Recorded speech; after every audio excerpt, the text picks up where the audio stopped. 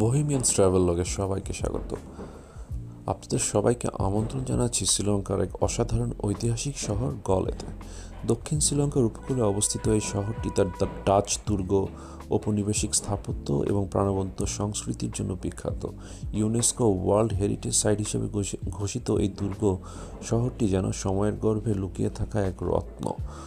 গল কলম্বো থেকে প্রায় 120 কিলোমিটার দক্ষিণে অবস্থিত। আপনি যদি কলম্বো থেকে আসেন তাহলে মনোরম উপকূলীয় ট্রেন যাত্রা অথবা বাসে করে এখানে পৌঁছাতে পারেন। এখানকার আবহাওয়া সারা বছরই উষ্ণ ও আর্দ্র থাকে। গড় তাপমাত্রা প্রায় 25 থেকে 30 ডিগ্রি সেলসিয়াস। ডিসেম্বর থেকে এপ্রিল মাস পর্যন্ত এখানে আসার সেরা সময়, যখন সমুদ্র শান্ত থাকে এবং পর্যটকদের ভিড় বেশি হয়। গলের ইতিহাস প্রায় 2000 বছরের পুরনো। এটি প্রাচীনকাল থেকেই ভারত মহাসাগরের এক গুরুত্বপূর্ণ বাণিজ্য কেন্দ্র ছিল। তবে গলের স্বর্ণযুগ শুরু হয় 16শো শতাব্দীতে পর্তুগিজদের আগমনের সাথে। 1557 সালে পর্তুগিজরা এখানে একটি ছোট দুর্গ নির্মাণ করে। এরপর 1640 সালে ডাচরা গল দখল করে এবং এখানে একটি শক্তিশালী দুর্গ শহরে রূপান্তরিত করে। এই ডাচ দুর্গই আজকের গল ফোর্ট। 18শো শতাব্দীতে এটি ব্রিটিশদের হাতে আসে এবং 1948 সালে শ্রীলঙ্কা স্বাধীনতা লাভের আগ পর্যন্ত ব্রিটিশ শাসনের অধীনেই ছিল।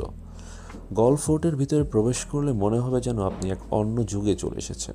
এখানকার সরু রাস্তা, ঔপনিবেশিক ধাঁচের বাড়িঘর, প্রাচীন গির্জা, মসজিদ এবং মন্দিরগুলো গলের সমৃদ্ধ ইতিহাস ও সংস্কৃতির সাক্ষ্য বহন করে।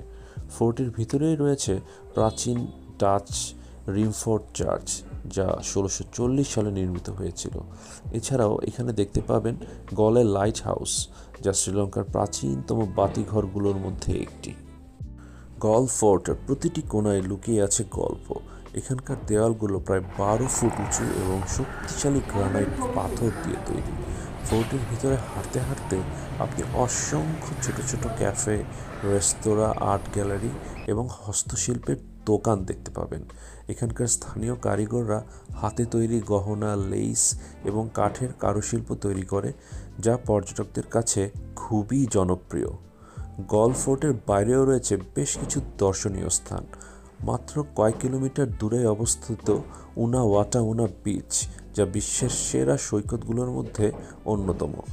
এখানকার সোনালি বালি, নীল স্বচ্ছ জল এবং পাম গাছের ছাড়ি আপনাকে মুগ্ধ করবে।